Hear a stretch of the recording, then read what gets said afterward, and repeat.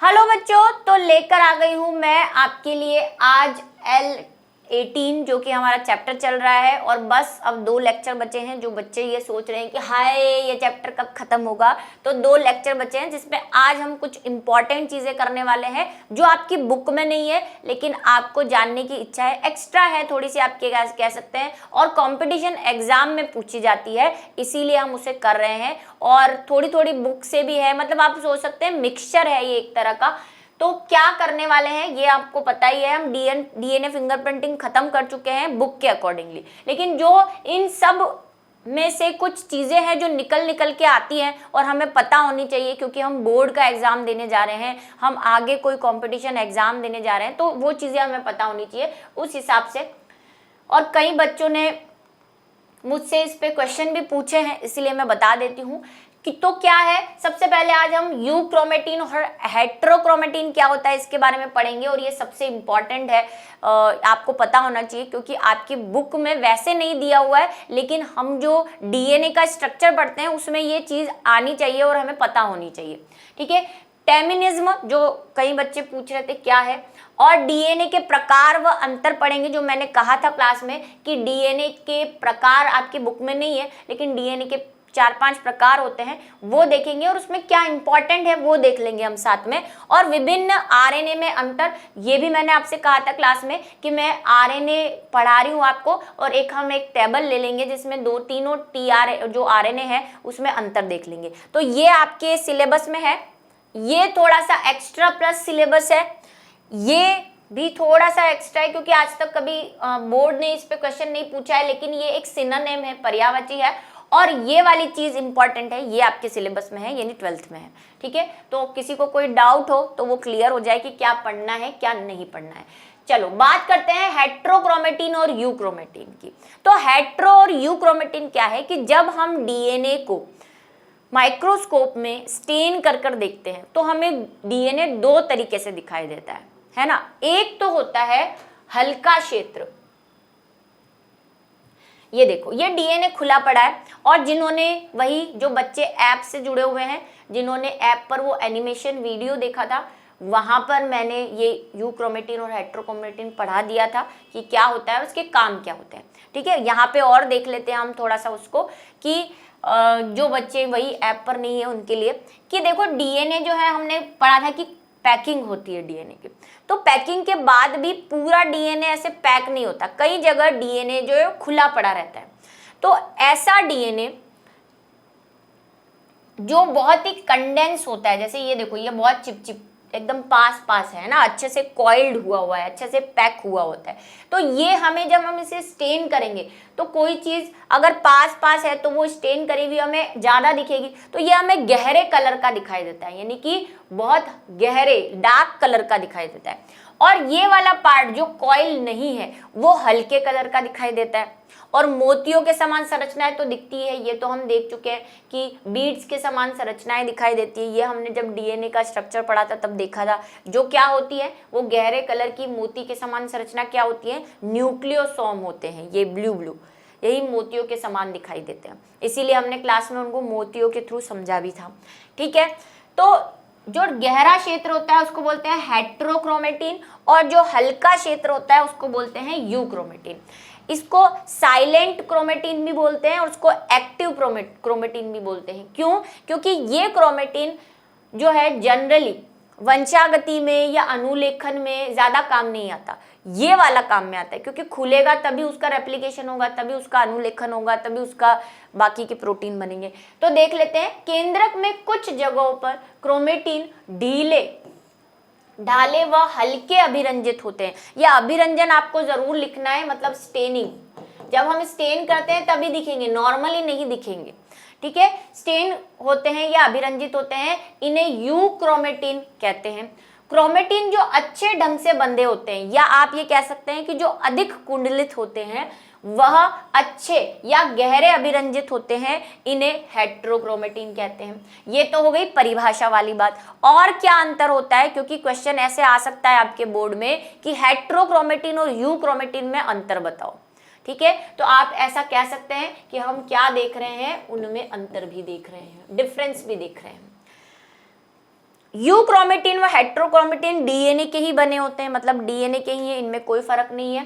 Heterochromatin का भाग आनुवंशिक दृष्टि से सक्रिय होता है यानी एक्टिव होता है, जबकि हेट्रोक्रोमेटिन आनुवंशिक दृष्टि से अक्रिय होता है। यूक्रोमेटिन क्या होगा, सक्रिय यानी एक्टिव होगा, हेट्रोक्रोमेटिन जो है वो निष्क्रिय यानी इनएक्टिव होगा। क्यों? क्योंकि ये पीढ़ी दर पीढ़ी स्थानांतरित नहीं होता, वही का वही रहता है, प्लस इसका अनुलेखन अनुवंश जो अनुवादन है यानी ट्रांसक्रिप्शन ट्रांसलेशन भी कम होता है। यूक्रोमेटिन हेट्रोक्रोमेटिन की अपेक्षा जीन विनिमय की मात्रा अधिक होती है। जीन विनिमय समझ गए ना आप, वही कि कैसे जीन्स पीढ़ी दर पीढ़ी जाते हैं, तो वही आनुवंशिकता इसमें हेट्रोक्रोमेटिन की अपेक्षा अधिक होती है। यूक्रोमेटिन के द्वारा डीएनए से आरएनए का अनुलेखन, जो मैंने अभी बात की, जिसको हम कहते हैं ट्रांसक्रिप्शन,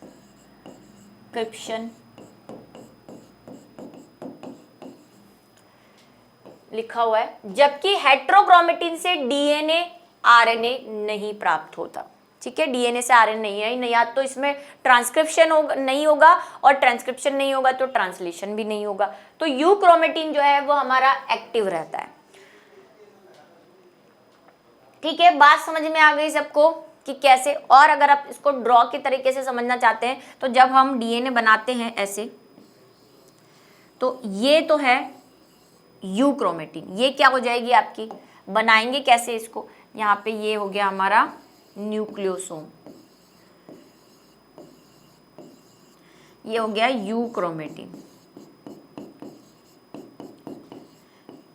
आपने एनिमेशन वाले में अच्छे से देख लिया होगा इसको, वहाँ पे बहुत अच्छे से दिखा होगा।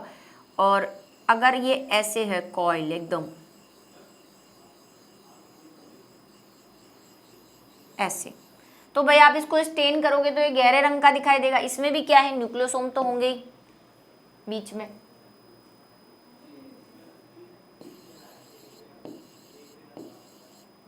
ऐसे, ये क्या है, हेटेरोक्रोमेटिन।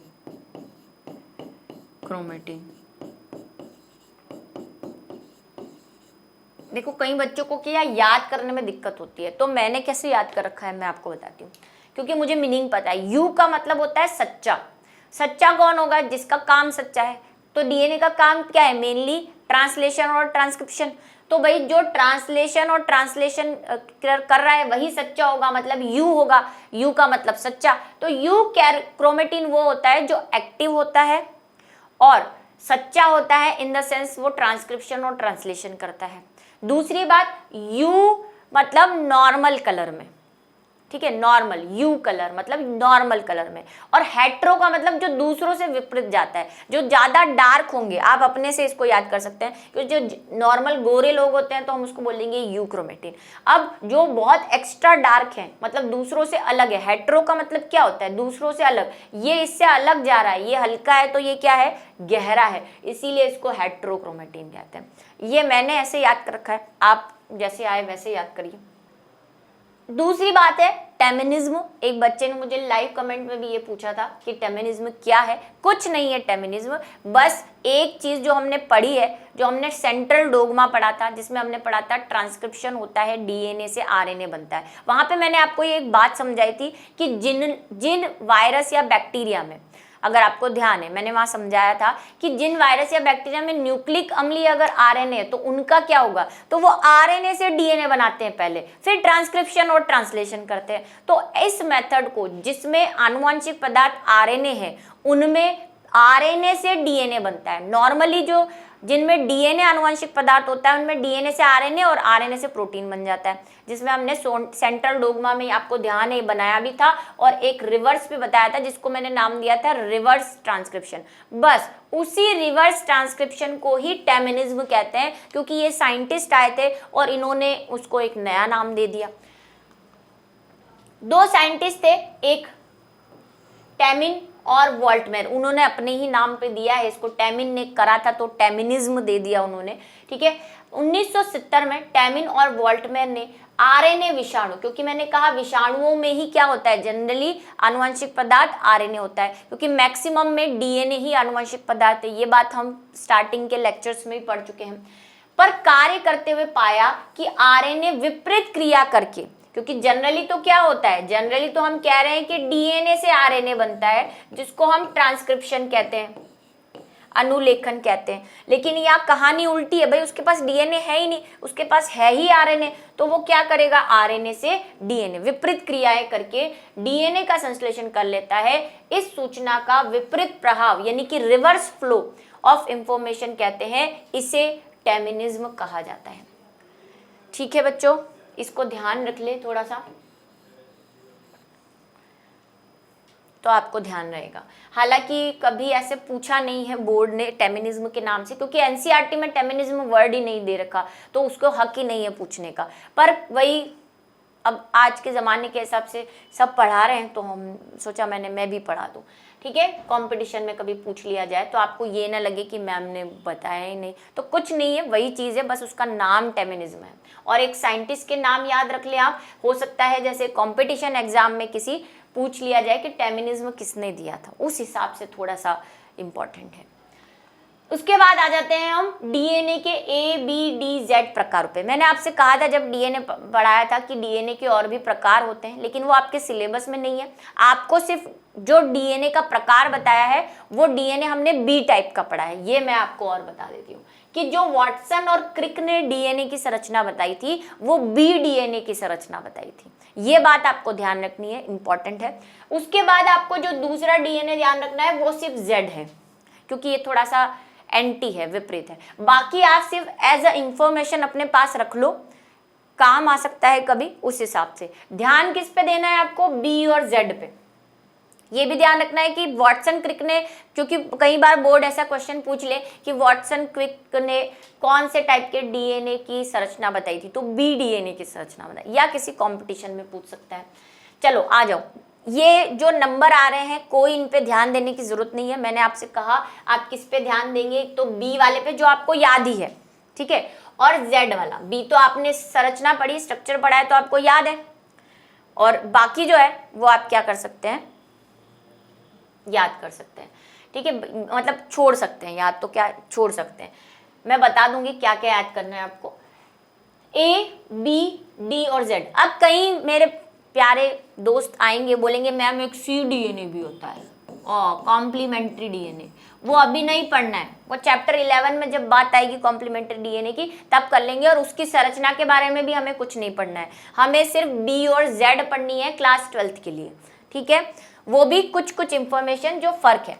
सबसे पहला कि कुंडलन, कॉइलिंग कैसे होती है। मैंने आपको बताया था कि डीएनए कुंडलित होता है, अगर वो घड़ी की दिशा में कुंडलित होता है तो उसको हम दक्षिणावर्त बोल देते हैं, और विपरीत दिशा में होता है तो उसको वामावर्त या एंटी क्लॉकवाइज कह देते हैं, है ना, रिवो रोटेटरी, और इस तरह से होते हैं।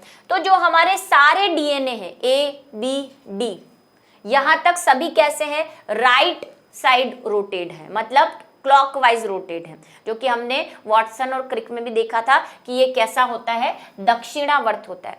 लेकिन Z थोड़ा सा डिफरेंट है, इसीलिए हमें याद रखना है, क्योंकि Z क्या है, वामावर्त है, मतलब एंटी क्लॉकवाइज क्या है, ये रोटेट होती है। इसका जो कुंडलन है डीएनए का वो कैसा है, क्लॉकवाइज नहीं है, एंटी क्लॉकवाइज है। उसके बाद चूड़ी अंतराल पिच, हमने पिच की बात की थी, हमने कहा था कि एक गड्ढे से दूसरे गड्ढे की बात कर लो, या एक हाइट से दूसरी हाइट की, या हम बोल सकते हैं कि एक कुंडलन जो हमने देखा था, हमने बी में देखा था कि वो 34 एंगस्ट्रम का होता है। ये बात ध्यान है आपको। यहाँ पे देखो ए में 28 होता है, सिर्फ देख लो। डी का अभी कंफर्म नहीं है, क्योंकि कई बुक्स में मैंने देखा बहुत ज़्यादा वैरायटी मिल रही है इसमें, और जेड का 45 होता है। ठीक है, बाकी आपको ध्यान नहीं रखने, आप बी और जेड ध्यान रखेंगे, मैं बार बार बोल रही हूँ। इसमें जो है नाइट्रोजेनिक क्षार पेयर, हमने देखा था कि एक कुंडलन में कितने नाइट्रोजेनिक पेयर होते हैं। तो जब हमने बी की बात की थी तो हमने 10 बोले थे, मुझे याद है 10 बोले थे, और 10 ही लिखना है आपको। ये बस इसीलिए कि वही कोई बुक आप पढ़ोगे वहाँ पे लिखा होगा 10 से 10.6, क्योंकि हम डिवाइड करते हैं ना तो वो नंबर पॉइंट में आता है, आप कर लेना डिवाइड। हमने कहा था कि भाई ये 34 एंगस्ट्रम का है, ठीक है, और उसमें जो है वो 10 आते हैं। लेकिन कई बार कुंडलन ऐसा होता है कि आधा इधर आधा उधर सटा हो जाता है, तो फिर उसको कई बुक्स जो है वो या कई साइंटिस्ट बोलते हैं कि 10 से 10.6 के बीच का होता है। आप 10 भी लिखोगे तो भी करेक्ट है, क्योंकि एनसीईआरटी 10 मानती है। ठीक है, इसमें 8 होता है और इसका आप ध्यान रखेंगे इसमें 12 होते हैं, मतलब एक कुंडलन में कितने होते हैं, 12, क्योंकि इसका कुंडलन भी बड़ा है। इसका 34 ही था जो वाटसन क्रिक बता रहे हैं, और इसका तो 45 है, तो भाई 45 हो गए तो नाइट्रोजनी बेस भी बढ़ गए एक कुंडल में। जो मैंने आपको कहा था कि अगर आप एक घुमावदार सीढ़ी पर खड़े हैं और आप फर्स्ट सीढ़ी पर खड़े हैं और आपके जस्ट ऊपर वाली जो सीढ़ी है तो वो क्या हो गया, एक कुंडलन हो गया। ठीक है, ये बात मैंने वहां पे समझाई थी जब हमने डीएनए का स्ट्रक्चर किया था कि आप अगर किसी ऐसी घुमावदार सीढ़ी पर खड़े हैं, आप पहली सीढ़ी पर खड़े हैं, तो घूमने के बाद आपके ऊपर जो सीढ़ी आ रही है वो एक कुंडलन, और उसके बीच में जितनी सीढ़ियां काउंट हुई वो क्या हो जाएंगे, हमारे नाइट्रोजनी बेस। तो वाटसन क्रिक वाले जो बी डीएनए है उसमें एक कुंडलन जो है वो 34 एंगस्ट्रम का था और 10 नाइट्रोजनिक बेस आ रहे थे। इसका एक कुंडलन 45 का है और 12 नाइट्रोजनिक बेस आ रहे हैं, मतलब 12 सीढ़ियां आ रही है। ये सीढ़ियों जैसे ही है, ये सीढ़ियों जैसे ही है। सीढ़ी से आप इसको मस्त एक्सप्लेन समझ सकते हैं। व्यास, व्यास हमने बात की थी ये कि एक डीएनए का व्यास कितना होता है, तो बी डीएनए जो वाटसन क्रिक ने अपने मॉडल में दिया था वो कहा था कि 20 एंगस्ट्रम का होता है। मैंने वहां 20 बताया था, एनसीईआरटी 20 कहती है, 19 भी कहीं कहीं मिला है। इसलिए मैं आपको दोनों चीजें बताती हूँ कि कहीं आप कंफ्यूज ना हो जाए, क्या एनसीईआरटी कह रही है आपको क्या फॉलो करना है वो भी बता रही हूँ, प्लस दूसरी बुक्स में या और कहीं आपको क्या क्या मिल सकता है वो भी बता देती हूँ। तो भाई 19 भी लिखा हुआ हो सकता है, लेकिन आप 20 लिखेंगे। ठीक है, इसका नहीं पता, इसका 18 के आसपास है। ठीक है, शर्करा फास्फेट रज्जु का स्वरूप इसकी नियमित है, नियमित है, नियमित है। शर्करा फास्फेट का मतलब यहाँ पे पेंटोज होती है, फिर बीच में फॉस्फेट होती है, फिर पेंटोज होती है, वो जो रीढ़ की हड्डी जो हम बनाते हैं, इसका मेन स्केलेटन बनाते हैं, फॉस्फेट अल्टरनेट बनाते हैं ना, इन सब का नियमित है। लेकिन इसका टेढ़ा मेढ़ा है, मतलब इसके कुछ ऐसे ऐसे से होंगे, ऐसे। ठीक है, टेढ़े मेढ़े हैं इसके, ये बात आप ध्यान रखेंगे। मेन चीज जो पूछने वाली है वो ज्यादातर ये पूछी जाती है, जिसको आप ध्यान रख लेंगे, बाकी का कोई इतना इशू नहीं है। और उससे ज्यादा ये जो है कितने न्यूक्लियोटाइड आते हैं वो पूछा जा सकता है कंपटीशन के एग्जाम में, बोर्ड तो नहीं पूछेगा। आ जाओ, अब बात खत्म हुई। अब जो मेन चीज है जो आपको 12th के हिसाब से भी पढ़नी है, इसको स्टार मार्क लगा दें क्योंकि पूछी जा सकती है।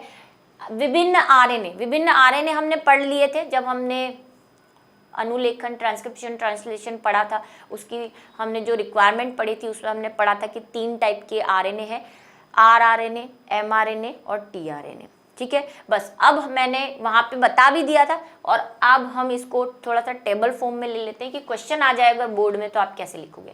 तो ऐसे इस फॉर्म में लिखेंगे आप। वो गंदे तरीके से बचपन में लिखा करते थे कि इधर ये 3 भाग कर दिए, इधर ये, इधर ये, इधर ये। किस बेस पे आप डिफरेंस बता रहे हैं वो हमेशा लिखेंगे। ठीक है, कि स्थिति के बेस पे बता रहे हैं, अणुओं की संरचना पे बता रहे हैं, उनके आकार पे बता रहे हैं, कहाँ पे मिलते हैं उसके आधार पर बता रहे हैं, क्या काम करते हैं उस आधार पे। तो ये एक पॉइंट आप ऐड करेंगे तो अच्छा लगेगा। सबसे पहले हम बात कर लेते हैं मैसेंजर यानी कि एमआरएनए, उसके बाद इधर वाले कॉलम में टीआरएनए है जिसको ट्रांसफर आरएनए, अनुकूलित आरएनए एनसीईआरटी के हिसाब से, और अभिगमन आरएनए भी कहते हैं, राइबोसोमल, इसके मैंने आपको 2-3 नाम बताए थे, रूपांतरण आरएनए जो एनसीईआरटी में, अनुकूलित, अनुबंधन टीआरएनए भी दे रखा है, तो नाम याद रखें इसके। सबसे पहला स्थिति कि कहाँ पाए जाते हैं, तो जो नॉर्मल मैसेंजर एमआरएनए है वो कोशिका द्रव्य में राइबोसोम से जुड़े हुए पाए जाते हैं। बनते कहाँ है ये बनते केंद्रक में है, ये बात आप ध्यान रखेंगे, क्योंकि ट्रांसक्रिप्शन कहाँ होता है, न्यूक्लियस में होता है। रहते कहाँ है, वहां से बाहर आ जाते हैं, है ना, वहां से बाहर निकल के आ जाते हैं कोशिका द्रव्य में।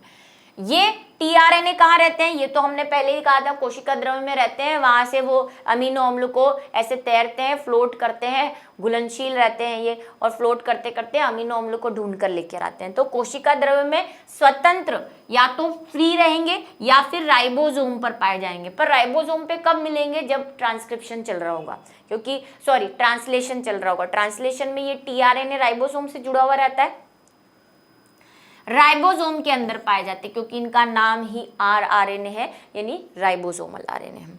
अणुओं की आकृति मतलब इनका संरचना बोल दीजिए आप एक तरह से, कुछ को छोड़कर रेखित होते हैं, मतलब सीधे सीधे, कोई अपने टेंशन नहीं।